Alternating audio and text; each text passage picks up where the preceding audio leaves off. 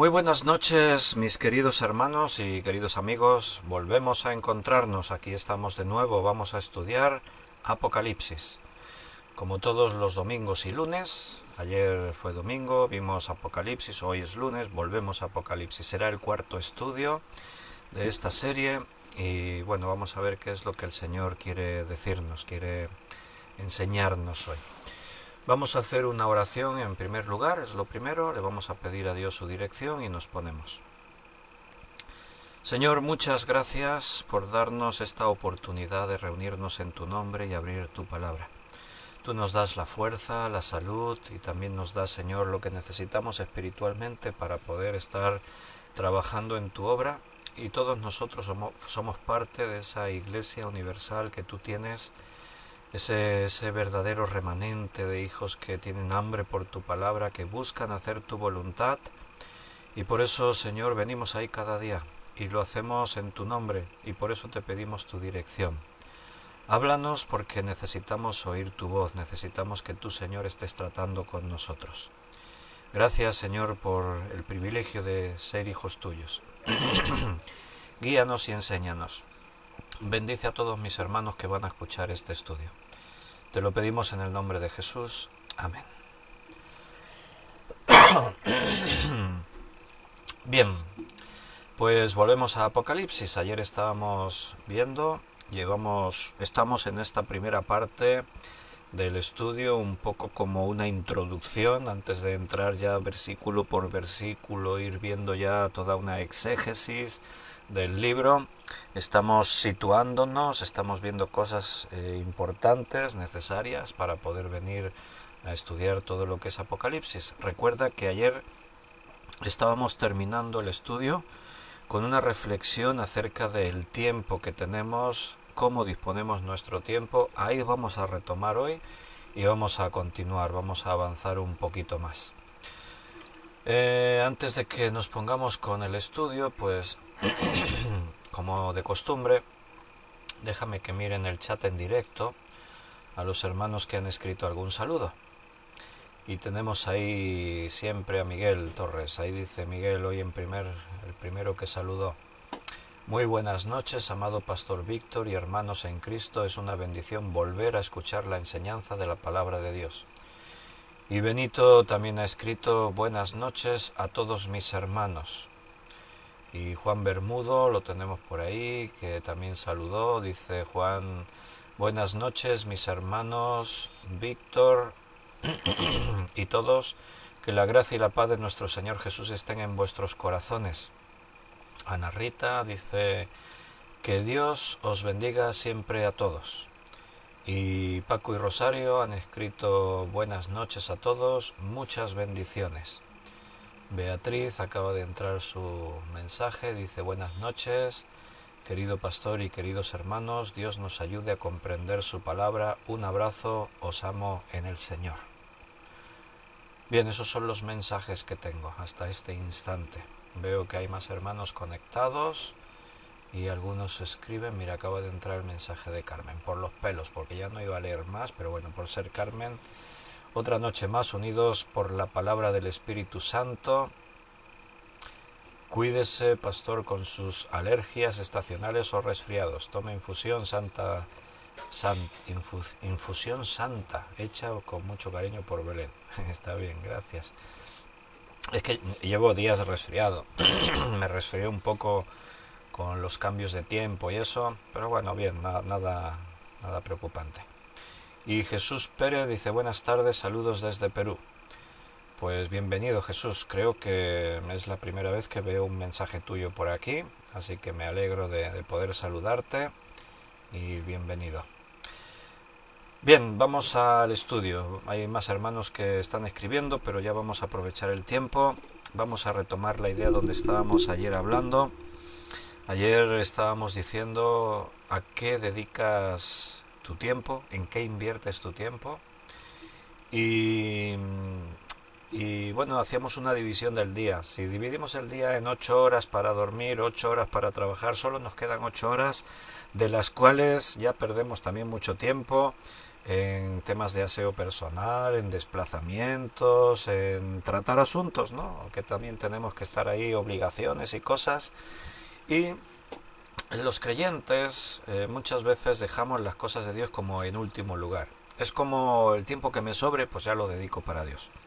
Y evidentemente no podemos permitir que lo urgente nos prive de lo importante. Tenemos que tener la sabiduría de saber qué es realmente lo más importante en nuestras vidas. Y las cosas de Dios son las más importantes. Por eso no nos podemos descuidar. Apocalipsis 1.1, ahí lo leímos, recuerda, la revelación de Jesucristo que Dios le dio para manifestar a sus siervos las cosas que deben suceder pronto. Ahí estábamos detenidos, hablando de esto. O sea, Dios nos ha revelado acerca de las cosas que deben suceder pronto. Dios nos da una información valiosísima para saber ubicarnos más o menos en la historia, en el momento histórico que nos tocó vivir. No sabremos jamás el día y la hora de la venida de Jesús, pero sí que tenemos que tener esa actitud de estar velando, pensando, vaya, Cristo puede ser que venga pronto. No te olvides de eso. Así que déjame que retomemos esta idea. Vámonos a Mateo capítulo 10, versículo 42. Mateo 10, 42. Jesús decía, y cualquiera que dé a uno de estos pequeñitos un vaso de agua fría solamente, por cuanto es discípulo, de cierto os digo, que no perderá su recompensa. La pregunta es, ¿en qué inviertes tu tiempo? Y otra pregunta, ¿cuánto tiempo dedicas a las cosas de Dios? Mira, escúchame bien, tu trabajo en Cristo siempre tiene recompensa. Por eso te he leído este versículo. Tu trabajo en Cristo siempre tiene recompensa.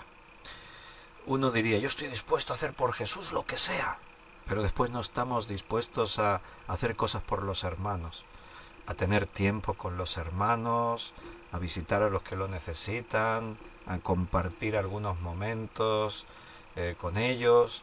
Y mira lo que dijo Jesús, cualquiera que dé a uno de estos pequeñitos un vaso de agua fría solamente, por cuanto es discípulo, de cierto os digo que no perderá su recompensa.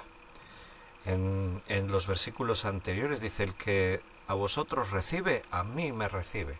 Y el que me recibe a mí, recibe al que me envió. Entonces, tu trabajo en Cristo siempre va a tener recompensa. ¿En qué inviertes tu tiempo? Yo te diría algo así como que nunca te canses de hacer el bien.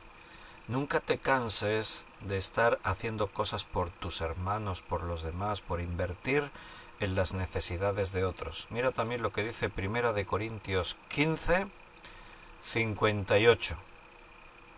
Así que, hermanos míos amados, estad firmes y constantes, creciendo en la obra del Señor siempre, sabiendo que vuestro trabajo en el Señor no es en vano.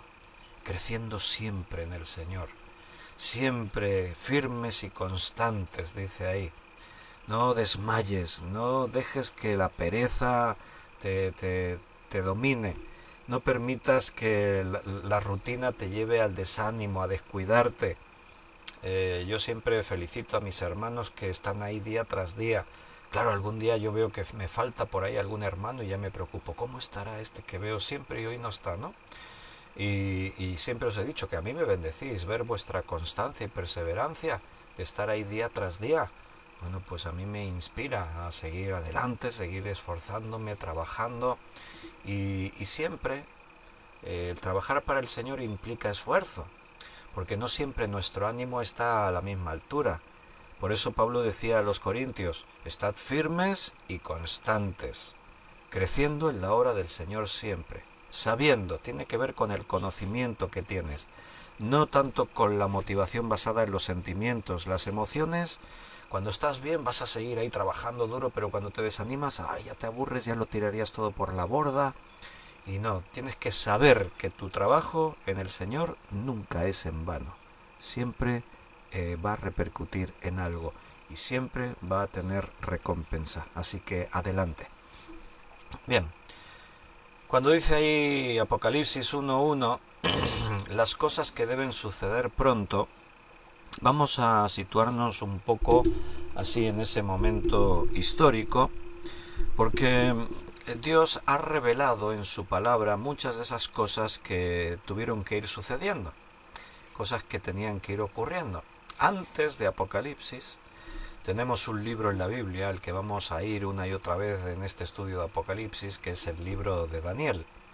Así que si me quieres acompañar, tienes tu Biblia y estás siguiendo las lecturas, pues si quieres ir ir abriendo el libro de Daniel, capítulo 2, vamos a ver por ahí algunas cosas.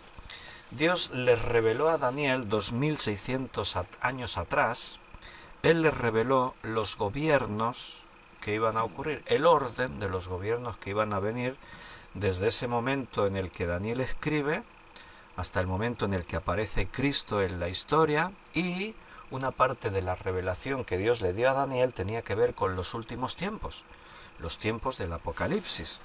Entonces, lo primero que observamos con todas estas profecías, tenemos que resaltarlo, porque tú tienes que vivir en las manos de Dios y tienes que estar tranquilo y en paz, es que tienes que ver que los tiempos están bajo el control de Dios. Dios controla los acontecimientos mundiales. Cierto, Dios ha dado libertad al ser humano y el hombre decide y en sus decisiones ocurren cosas. Pero por encima del hombre, por encima de Satanás, por encima de cualquier poder, está Dios. Y Dios tiene un plan, Dios tiene una agenda.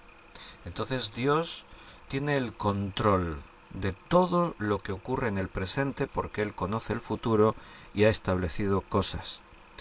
A lo largo de la historia han sido muchos acontecimientos históricos así destacados, relevantes, que marcaron grandes cambios en la sociedad mundial, en las personas, pero no te olvides jamás que la acción del hombre ha provocado muchas de esas cosas, pero al decir que Dios tiene el control, tenemos que entender, quiere decir que Dios permite al hombre, pero también pone límites.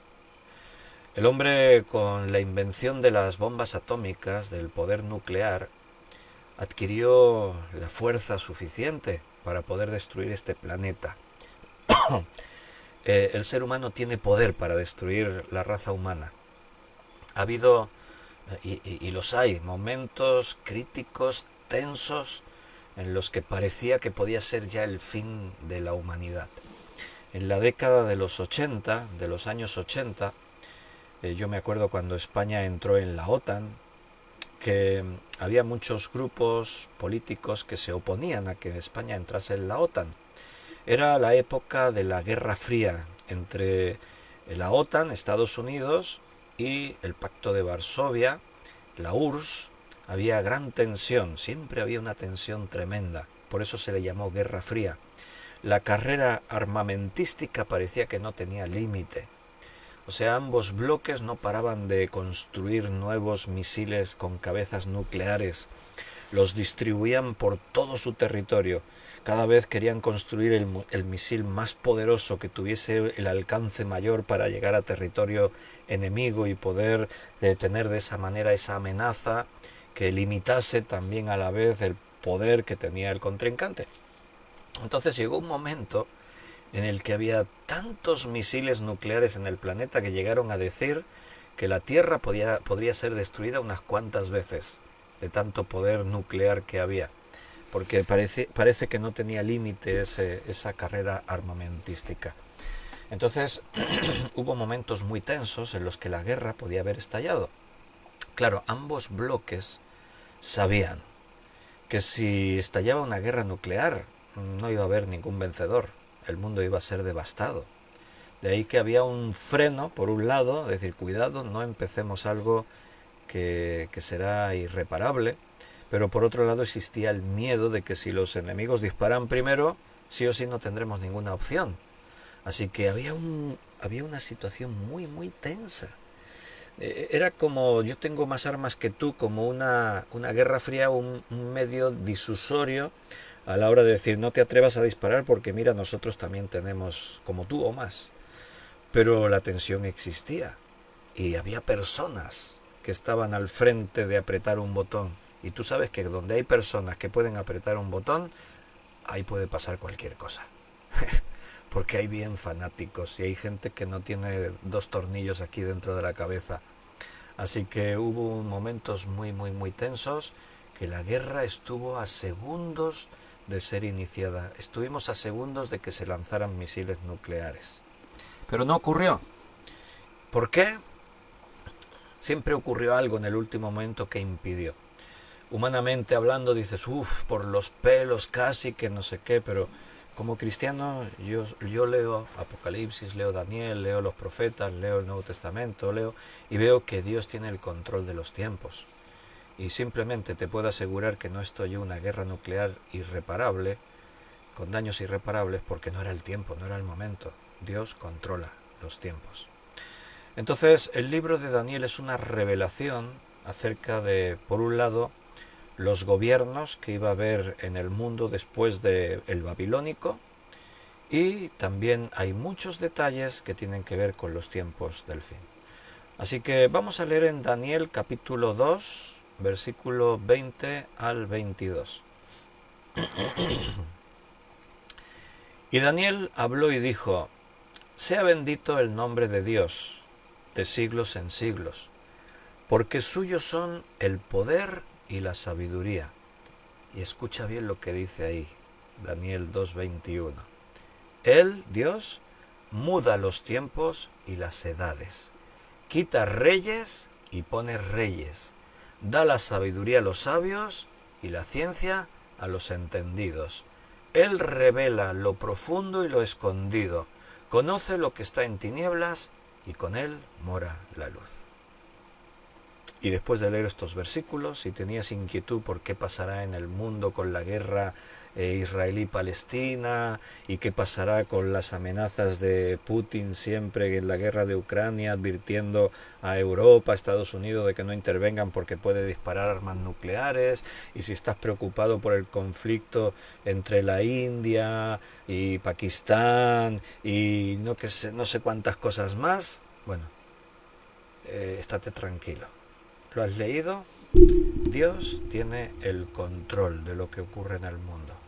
Dios permite cosas y Dios pone límites. Él muda los tiempos y las edades. Él pone reyes y quita reyes.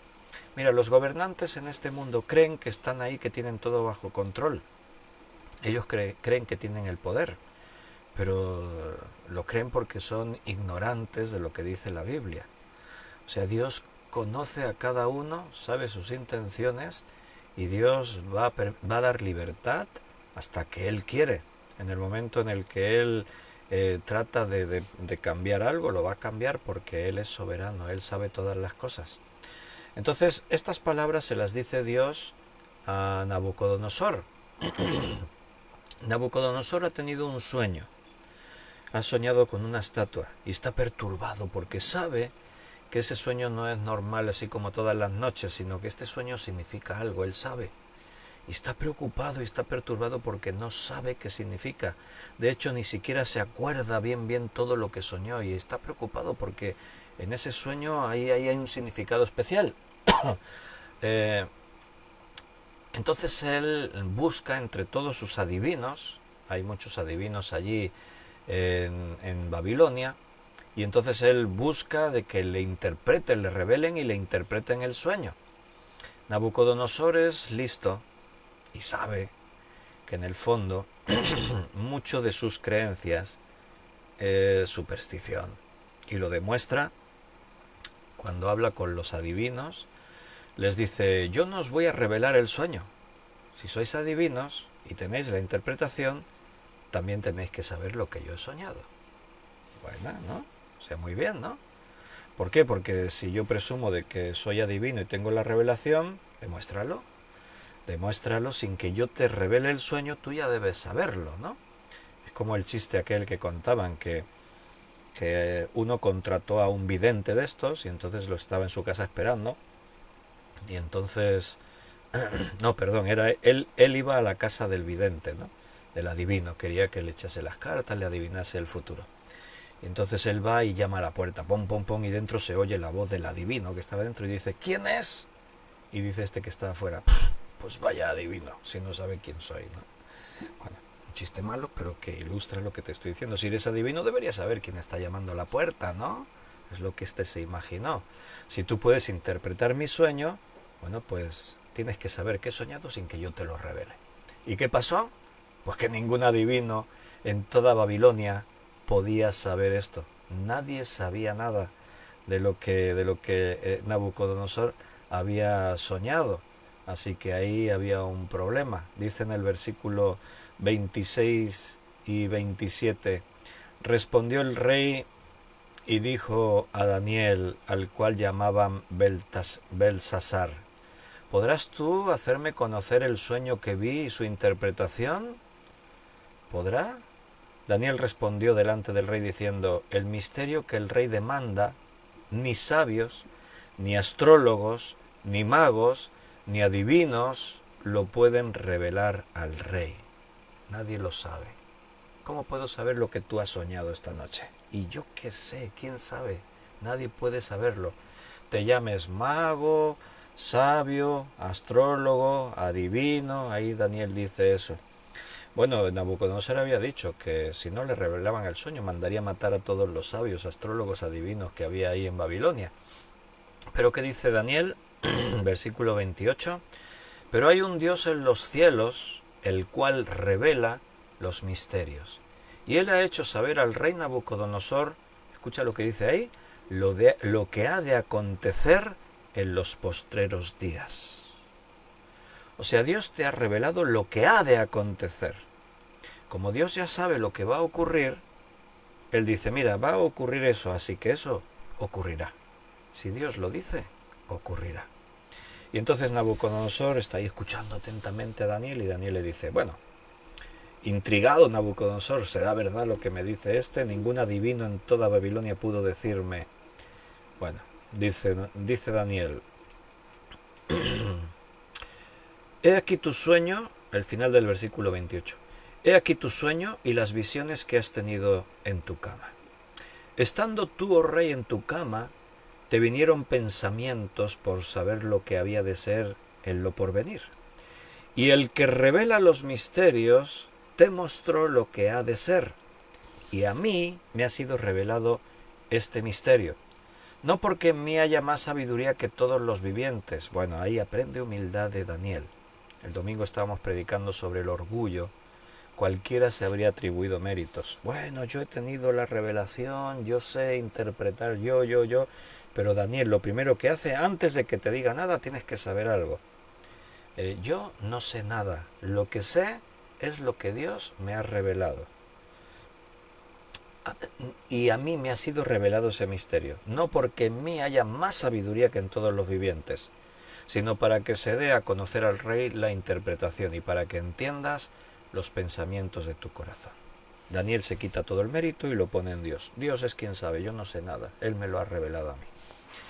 Tú, oh rey, veías y he aquí una gran imagen, y esta imagen era muy grande, y cuya gloria era muy sublime. Estaba en pie delante de ti, y su aspecto era terrible. La cabeza de esta imagen era de oro fino, su pecho y sus brazos de plata, su vientre y sus muslos de bronce, sus piernas de hierro, sus pies en parte de hierro y en parte de barro cocido. Y estabas mirando hasta que una piedra fue cortada no con mano, e hirió a la imagen en sus pies de hierro y de barro cocido, y los desmenuzó. Entonces fueron desmenuzados también el hierro, el barro cocido, el bronce, la plata y el oro. Y fueron como tamo de las eras del verano, y se los llevó el viento sin que de ellos quedase rastro alguno. Mas la piedra que hirió la imagen que fue hecha, mas la imagen la piedra que hirió a la imagen fue hecha un gran monte que llenó toda la tierra. Este es el sueño. También la interpretación de él diremos en la presencia del rey. Bueno, ya hemos resuelto el primer punto, y es que Nabucodonosor no le ha explicado a Daniel lo que soñó, ni él mismo se acuerda bien todo. Pero ahora viene Daniel y le explica con todo detalle lo que tú soñaste, estando tú en tu cama, y esto fue lo que soñaste. Así que Nabucodonosor ya tiene está ahí con toda su atención escuchando a Daniel. Nabucodonosor sabe que esto es imposible. Ningún adivino en toda Babilonia pudo decirle ni un poco. Y Daniel se lo ha explicado con todo detalle. Y Daniel ha dicho, no soy yo, hay un Dios en los cielos que controla los tiempos. Y Él te ha dicho lo que ha de suceder. A partir de este tiempo van a suceder estas cosas. Entonces ahora viene la interpretación. ¿Qué representa esa imagen? ¿Qué quiere decir eso que Nabucodonosor ha soñado? Mira, os voy a compartir pantalla para mostraros uno de los muchos dibujos que hay por ahí por internet acerca de esta imagen. Entonces se ha dibujado así, más o menos, pues el rostro, si tiene los brazos cruzados y tal, pues bueno, no sabemos exactamente porque la Biblia no nos da todos los detalles físicos de cómo era, pero ahí tenéis. La primera parte de la cabeza, aquí yo cogí uno de los dibujos que hay por internet, entonces estoy leyendo ahora y digo, ay, no sé quién ha puesto ahí pone USA, no sé a qué se refieren, pero bueno, yo te digo la interpretación de Daniel, ¿no? La cabeza de oro, Daniel dice, este eres tú, Nabucodonosor, es tu imperio, esto es Babilonia, lleno de esplendor, lleno de oro. Ahora lo leeremos ahí directamente. Te estoy mostrando la imagen para que os hagáis una idea. El pecho, bueno, el imperio babilónico, te voy dando así algún dato, alguna referencia, duró desde el 605, siempre antes de Cristo, hasta el 539 antes de Cristo. El pecho, los brazos y el pecho de plata sería el imperio que vendría después de Babilonia. Y este sería el imperio medo-persa.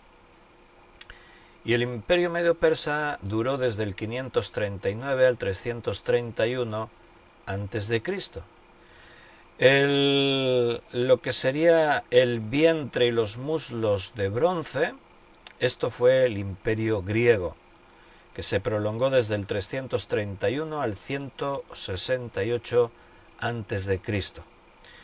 Y las piernas de hierro, esto representó el imperio de Roma, que duró desde el 168 antes de Cristo hasta el 476 después de Cristo.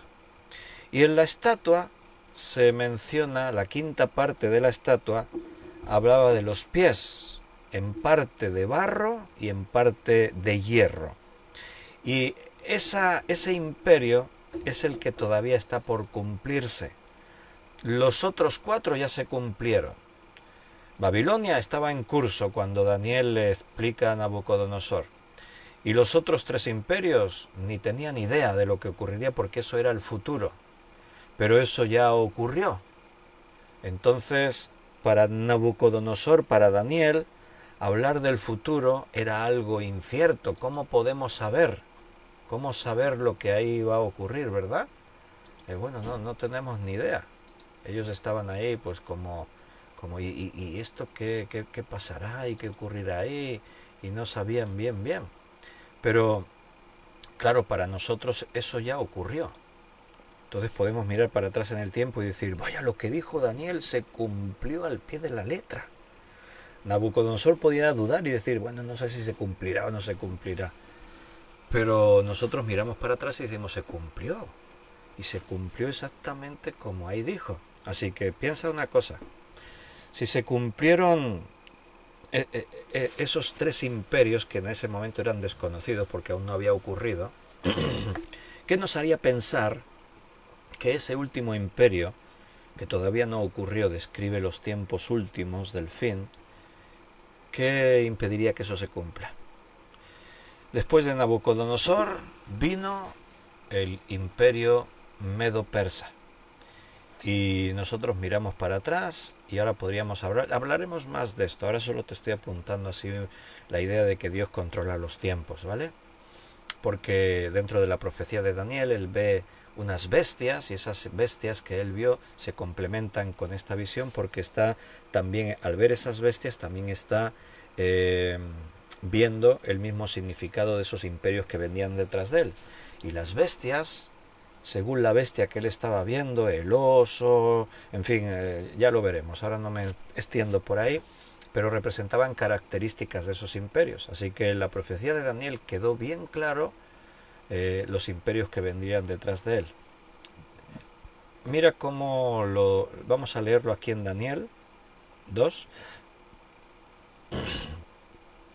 la descripción de los imperios. Dice en el versículo 36, este es el sueño y también la interpretación del diremos a la presencia del rey. ¿Qué significa? Mira, tú, oh rey, eres rey de reyes, porque el Dios del cielo te ha dado reino, poder, fuerza y majestad. Y donde quiera que habitan hijos de los hombres, bestias del campo y aves del cielo, Él los ha entregado en tu mano y te ha dado el dominio sobre todo. Tú eres aquella cabeza de oro. Ahí tenemos Babilonia. Como hemos dicho, desde el 605 al 539 a.C. Después de ti se levantará otro reino inferior al tuyo, y luego un tercer reino de bronce, el cual dominará sobre toda la tierra. Así que aquí ya se nos da algún rasgo. El imperio que viene detrás del tuyo, que está representado por los brazos y el pecho de plata, será inferior al tuyo, no será tan poderoso. Nosotros sabemos que este fue el imperio medo-persa, fue el imperio que vino después de Babilonia y que duró desde el 539 al 331. No tuvo tanto poder, tanta gloria, tanta extensión, tanto dominio, así que se cumplió lo que Daniel dijo, será inferior al tuyo. Pero después habrá otro imperio. Y dice ahí, el tercer reino es el de bronce. Y ahí dice, especifica, el cual dominará toda la tierra. Un detalle muy interesante, porque después del Medo-Persa vino el imperio griego, y Grecia se convirtió ya en un imperio que dominó toda la tierra. Así que se cumplió el detalle que ahí dijo Daniel en la profecía. El imperio griego llegó del 331 al 168. Y el cuarto reino será fuerte como hierro, y como el hierro desmenuza y rompe todas las cosas, desmenuzará y quebrantará todo. Bueno, el siguiente, el cuarto imperio, nosotros sabemos que fue Roma. Y Roma precisamente cumplía con esa característica de ser un imperio fuerte. En extensión y dominio, como Grecia, quizás algo más, pero demostraba la característica principal de Roma, esa fuerza como hierro, desmenuza y rompe todas las cosas. El ejército, las legiones romanas eran implacables, desmenuzará y quebrantará todo. O sea, conquistó y dominó todo el mundo conocido en esa época. Parecía que no tenía límites sus ambiciones, llegó mucho más allá que Grecia. En Europa, los países del norte, que eran tierras inhóspitas, llenas de guerreros bárbaros, nadie se atrevió a entrar ahí, pero ahí Roma llegó con sus legiones, partes de África, o sea, el imperio romano cumplió con esa característica. Bien, y entonces dice ahí Daniel, versículo 41, y lo que viste de los pies y los dedos, en parte de barro cocido de alfarero y en parte de hierro, será un reino dividido, mas habrá en él algo de la fuerza del hierro, así como viste hierro mezclado con barro cocido. Y por ser los dedos de los pies en parte de hierro y en parte de barro cocido, el reino será en parte fuerte y en parte frágil. Así como viste el hierro mezclado con barro, se mezclarán por medio de alianzas humanas, pero no se unirán el uno con el otro, como el hierro no se mezcla con el barro. Oye, esta parte es súper interesante en la profecía, porque mira, hoy en día las características de un imperio mundial, hoy por hoy, no pueden ser como en los tiempos de Grecia y de Roma. O sea, Grecia y Roma era una nación donde surgía un emperador, Y entonces esa persona, desde su punto de partida, se expandía, iba conquistando, iba extendiendo, se iba dominando, se iba haciendo grande, se iba... Bien, hoy en día no es viable que eso ocurra. Hoy en día un gobierno único mundial tiene más lógica, más sentido y es viable si se forma haciendo una alianza de naciones, de reinos. De hecho, es algo que ya podemos ver. Así que la profecía de ese imperio último mundial, creado mediante alianzas humanas, por eso dice que en parte es frágil, porque un imperio sólido y potente es el que no depende de nadie, él mismo se forjó. Roma era Roma, la capital del imperio, ahí estaba el gobierno y desde ahí se tomaba el control y el dominio, y por eso era fuerte. El imperio último mundial es débil, es fuerte, en parte como el hierro es fuerte, pero en parte es débil porque está basada en una alianza humana y el barro y el hierro no se mezclan y por eso siempre es frágil.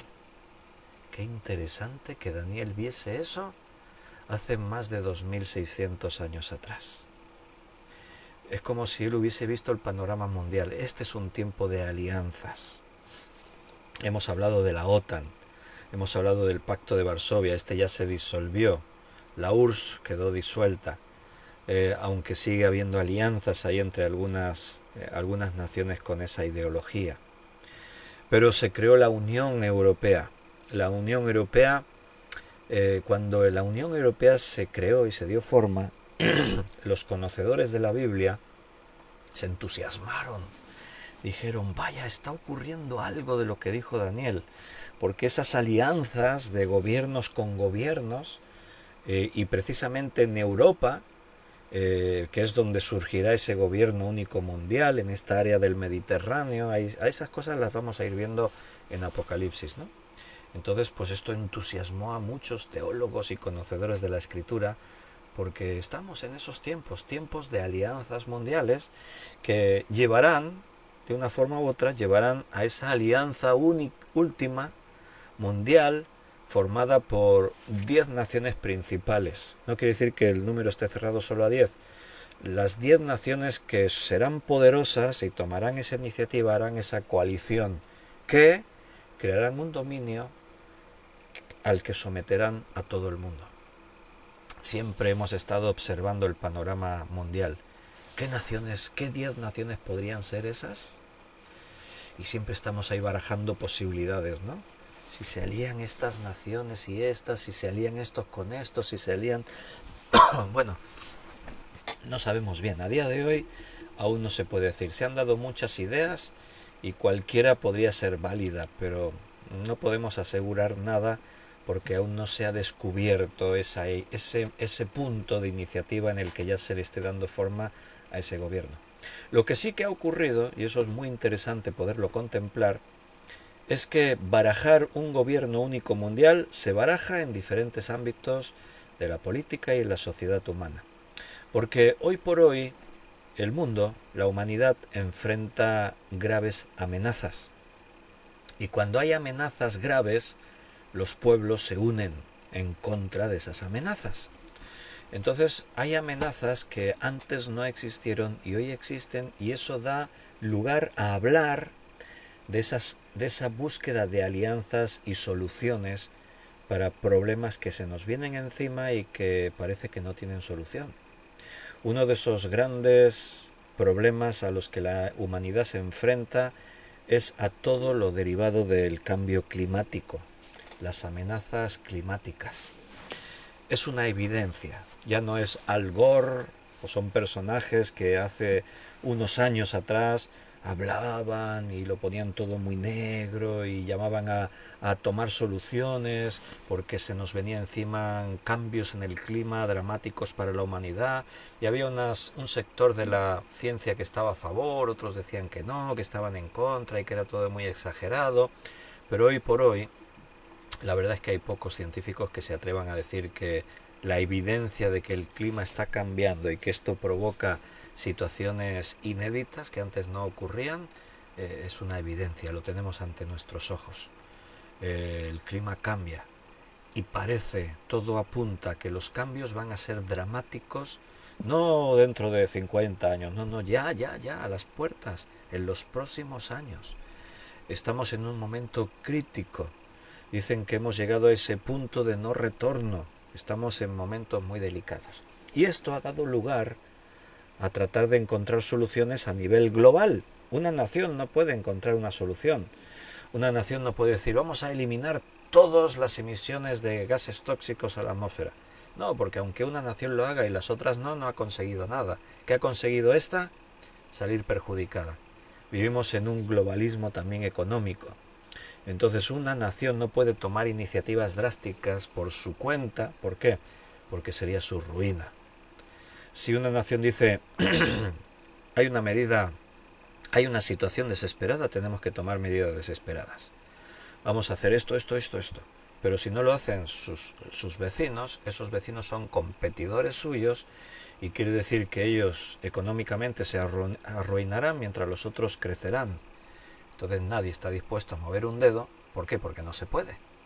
Para mover un dedo hay que hacerlo juntos. Por eso se buscan alianzas. Vamos a hacer cosas juntos. Antes de la pandemia, el Papa Francisco movió ficha. No es un líder político, aunque sí que lo es también. No te olvides que es jefe de Estado, el Vaticano. Dice, bueno, pero el Vaticano es un país muy pequeño. Sí, pero claro, se mezcla su liderazgo político con el espiritual, el religioso. Y hay como 2.000 millones de católicos en el mundo. Quiere decir que el Papa tiene poder, tiene voz y voto. Es un jefe de Estado que a la vez tiene control sobre millones de personas en todo el mundo. Y también tiene influencia en líderes y en mandatarios y en otros personajes. Así que el Papa Francisco movió ficha y entonces empezó a hacer alianzas. Empezó a buscar aliados entre poderosos del mundo, no solo políticos, sino gente poderosa que tenga también poder económico. Empezó a hacer alianzas con líderes. Él hizo llamados internacionales. Todavía están por ahí por YouTube esos vídeos, ruedas de prensa del Papa Francisco haciendo llamados a todas las personas influyentes del mundo a unirse por una causa. La excusa de esa unión era esta. Tenemos que hacer cosas en cuanto a las amenazas que nos vienen. Una era el cambio climático, otro era la educación, cómo vamos a educar a nuestros jóvenes y algunas cosas así. Hizo alianzas con sus onóminos, esto, ¿cómo lo llamo esto? Sus colegas, no sus... En fin, los líderes de otras religiones. Habrá una palabra por ahí, pero no me sale. Él buscó hacer alianzas con los líderes de otras religiones, los musulmanes, los árabes. Entonces él visitó Emiratos Árabes Unidos, él se entrevistó con el imán principal del mundo musulmán, con el príncipe de los Emiratos Árabes, y él empezó a establecer alianzas con esos poderes. No son poderes políticos, pero un poder político tiene un límite. El poder religioso tiene mucho poder, porque como te he dicho, el Papa Francisco tiene poder sobre casi 2.000 millones de católicos, y el gran imán y los líderes musulmanes tienen poder sobre otros 1.600 millones de musulmanes sobre el mundo. Poder en el sentido de que lo que dice el Papa lo tienen en cuenta todos los que se llaman católicos. Lo que dicen estos grandes imanes y líderes musulmanes lo tienen en cuenta todos los que se llaman musulmanes en el mundo. Así que solamente con 2 personas estaríamos hablando de que tienen influencia sobre más de 3.000 millones de personas en el mundo, y eso no es poca cosa. Entonces ahí ya se empezaron a mover fichas, se anunciaron declaraciones entre el Papa y el Gran Imán, firmaron un tratado, un documento, un manifiesto que iban a hacer público, y se fijó una fecha, pero justo llegó la pandemia y no se hizo público, no se hicieron declaraciones sobre esos manifiestos, se quedó todo como en el aire. Se consiguieron cosas, como que allí en los Emiratos Árabes, en una misma ubicación, se construyeron 3 edificios representando la unión de las religiones. Ecumenismo. Un edificio era católico cristiano, ¿no? Otro era judío y otro era musulmán. Y está ahí construido y están ocupados esos edificios. Entonces, vivimos en un mundo en el que hoy es posible ese gobierno único mundial representado por los pies de la estatua de Nabucodonosor. También es interesante resaltar el hecho de que desde el último imperio Roma han pasado pues unos 1600 años desde el fin de ese imperio aproximadamente. Y desde el fin de ese imperio hasta nuestros días no hubo un imperio con las mismas características. Daniel dijo, no habrá otro imperio hasta el tiempo del fin. Y esto parecía muy improbable, porque como hemos visto, o sea, cuando acababa un imperio surgía otro, y cuando acababa este surgía otro, y cuando acababa este surgía otro. Entonces el hecho de que se hable de que ahí, y no te estoy mostrando ahora todos los textos, en Daniel ya vamos a ver, porque a Daniel se le dijo, escribe una profecía que conocemos como la profecía de las 70 semanas, ya iremos a ella, hoy no, pero ahí están los tiempos. No es que era interpretativo, ¿este imperio ocurriría justo después de Roma o pasaría un tiempo? No, pasaría tiempo. Sería el imperio del tiempo del fin. Ocurriría al final de los tiempos. Y entre medias no habría más imperios, no, eso es improbable. Ha habido imperios, se le da el nombre de imperios, pero no con esas características. Un imperio único mundial, como fue Grecia y como fue Roma. Con esas características no hubo más imperios. Podríamos hablar de algunos imperios, incluso algunos muy cercanos, como el español. España fue un gran imperio. Dice que sobre el reino de España no se ponía el sol. En sus conquistas y descubrimientos, pues gran parte de América Central y del Sur estuvo bajo dominio español. Y en África tenía y en Asia tenía algunas cosas. El imperio británico también. Pero no era un único imperio. Era un país que abarcó mucho poder, pero mientras España tenía mucho poder también estaba Francia, también estaba Inglaterra, también estaba Holanda, había otros países que tenían poder, Portugal también. Entonces no era un único gobierno mundial, no era un imperio mundial, como fue Roma, porque nunca nos olvidemos que las características del último imperio tendrán que ver mucho con Roma. Y otro detalle que te va a resultar muy interesante es que te des cuenta que intentar hacer surgir ese imperio último ya ha ocurrido diferentes veces en la historia de la humanidad. Hubo emperadores, gobernadores, gobernantes, reyes, que quisieron hacer resurgir el imperio de Roma. Uno de ellos fue Napoleón. Y si tú buscas en internet cosas relacionadas con el imperio de Napoleón, vas a ver que adoptó un montón de símbolos, de emblemas, de estandartes de Roma, porque su intención era hacer resurgir la gloria del imperio romano. Otro de esos personajes fue Hitler y su tercer imperio, el Tercer Reich.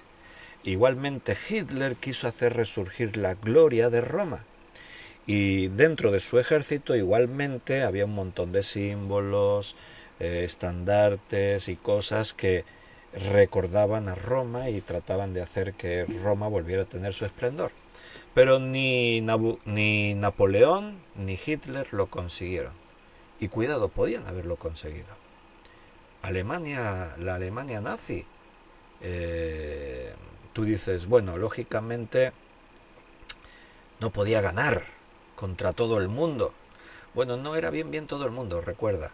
Algunos dicen, bueno, pero era un suicidio Alemania ponerse en una guerra intentando controlar el mundo entero, crear ese gobierno, ese imperio otra vez con la gloria de Roma. Sí, pero cuidado porque no estuvieron tan lejos, ¿eh? O sea, no te olvides de que había otras muchas cosas detrás. Para empezar, Alemania no estaba sola. había una alianza con Italia, que también era un país poderoso. Había alianza con España, aunque España no participó en la Segunda Guerra Mundial en su totalidad, porque España, cuando comenzó la Segunda Guerra Mundial, fue el mismo año en el que en España terminó la Guerra Civil Española. Entonces España estaba devastada por la guerra y no podía intervenir en la Segunda Guerra Mundial apoyando a Hitler, pero si esto se hubiese prolongado en los años, España estaba de parte de Alemania nazi, de Hitler. Y por otra parte, Japón no era aliado de Alemania, pero hablaban y tenían cosas en común porque tenían enemigos comunes como Estados Unidos y aliados en España. Entonces, las cosas se podían haber complicado muchísimo y Alemania podía haber ganado la guerra. Dependía de algunos factores. En ese momento ninguna nación poseía un arma nuclear, ninguna. Durante la Segunda Guerra Mundial, en los primeros años, competían las naciones por intentar descubrir el poder del átomo, la capacidad de una bomba devastadora. Como sabéis en la historia, el primer país que consiguió eso fue Estados Unidos. Pero ahora pregúntate, ¿qué hubiese ocurrido si Alemania hubiese sido la primera en poder hacer uso de armas nucleares? De los científicos más importantes estaban en Alemania trabajando para conseguir bombas atómicas. Ya tenían misiles que podían recorrer grandes distancias. Desde Europa se bombardeaba las islas británicas, se bombardeaban con misiles desde aquí, desde Europa, o sea, misiles de grande alcance que llegaban a Londres y desolaban las ciudades inglesas. Pero no eran bombas nucleares, estaban ahí y estuvieron a punto de conseguirlo. De hecho, justo al finalizar la guerra con Alemania, Estados Unidos se llevó muchos de esos científicos que tenían esas capacidades, esos conocimientos para poder crear las bombas atómicas. Entonces, ¿qué hubiese pasado si Hitler llega a tener poder nuclear? ¿Hacia qué lado se hubiese decantado la victoria? Imagínate que ahora Hitler tiene misiles con armas nucleares y los lanza a Rusia, los lanza desde submarinos, podía lanzarlos en Estados Unidos, en las costas de Estados Unidos. ¿Qué hubiese ocurrido? Bueno, no era el tiempo, pero lo intentó. Querían hacer resurgir la gloria de Roma. Pero Dios dijo, se lo dijo a Nabucodonosor por revelación de Daniel, este imperio ocurrirá en los tiempos del fin. Y característica principal, será en una parte fuerte, porque tendrá la característica de ser como el hierro, o sea, ese último imperio tiene rasgos de ese imperio romano que ya se ha intentado hacer renacer, pero por otra parte tendrá partes débiles. ¿Por qué? Porque cada vez que se hacen alianzas entre naciones y entre pueblos, una alianza es un punto débil. ¿Por qué? Porque son dos pueblos, no es un solo pueblo que se hizo poderoso, son varios pueblos que van a compartir intereses, pero siempre habrá algún interés que no terminamos de compartir. Por eso cuando estudiemos todo más en detalle, vayamos avanzando en el estudio, veremos que entre esos 10 reinos surge un reino pequeño. Hay una figura de una bestia que tiene 10 cuernos y ahí está representado ese gobierno único mundial. 10 cuernos son 10 reinos. Y sale el cuerno pequeño. Dice, al salir el cuerno pequeño, arrancó 3 de esos cuernos que había ahí.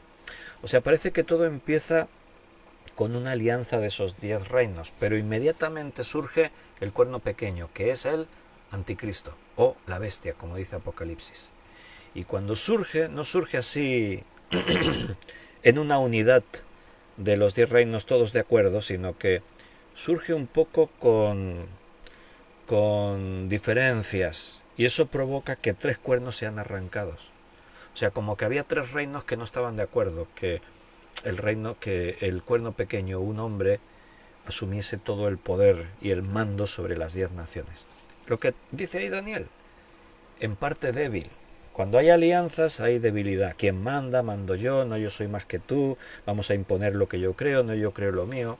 La Unión Europea es una alianza de 26 o 27 países y tiene sus puntos débiles, porque los países compiten entre ellos, aunque es una alianza. Hay muchas cosas en común, pero hay cosas que tienen que ver con el propio país. Entonces siempre hay unas luchas en conseguir ayudas de la Unión Europea para beneficios propios, infraestructuras en tu propio país, y siempre hay un conflicto. Así que por eso dice ahí que sería un gobierno en parte fuerte y en parte débil. Y eso, hermanos, se puede cumplir hoy. Si miramos atrás en la historia, difícilmente se podía cumplir, pero hoy sí es posible. Dice que apareció una piedra, una gran piedra, que descendió del cielo, golpeó a los pies de la estatua, y los pies fueron desmenuzados. La piedra es Cristo, el reino de Cristo, el poder de Cristo. Y cuando ese gobierno está formado, dominando el mundo, ¿cómo será destruido? Cristo será quien lo destruirá. Será destruido por la roca, que es Cristo. Así que bueno, vamos reuniendo información y datos que la Biblia nos da. Pero hoy lo tenemos que dejar porque veo que ya se nos ha hecho el tiempo. Estamos ahí en las 10:04 y llevamos casi una hora de estudio, así que nos vamos a despedir por hoy. Espero que te esté resultando interesante, no solo por los datos, los detalles de cosas del futuro, sino por esas cosas que Dios nos enseña, como que Él tiene el control de los tiempos, que podemos estar tranquilos y descansar en Él. En el mundo ocurren cosas, pero no hay accidentes. Ocurren cosas que el hombre provoca, pero todo bajo la supervisión y el control de Dios. Él tiene un plan, un calendario, y ese calendario divino se va a cumplir al pie de la letra. Todo lo que Dios quiere y dijo se cumplirá. Queridos hermanos, nos despedimos por hoy. Mañana es martes, así que si Dios quiere, a las 8 de la tarde retransmitiremos en directo desde nuestro local por Facebook y por YouTube el estudio de Primera de Juan. Estamos todavía estudiando acerca del amor. Si estáis aquí y podéis venir en persona, ven en persona, no cambies venir en persona por mirarlo por internet. Te lo digo de parte del Señor. Así que si no haces caso a esto, estás desobedeciendo a Dios. Si puedes venir, 7:30. Estaremos alabando a Dios juntos. Y 8 en punto, estudio bíblico para los que vinieron y los que no pueden, directo por internet. Así que un abrazo muy fuerte, mis queridos hermanos, que Dios os bendiga y hasta mañana, si Dios quiere.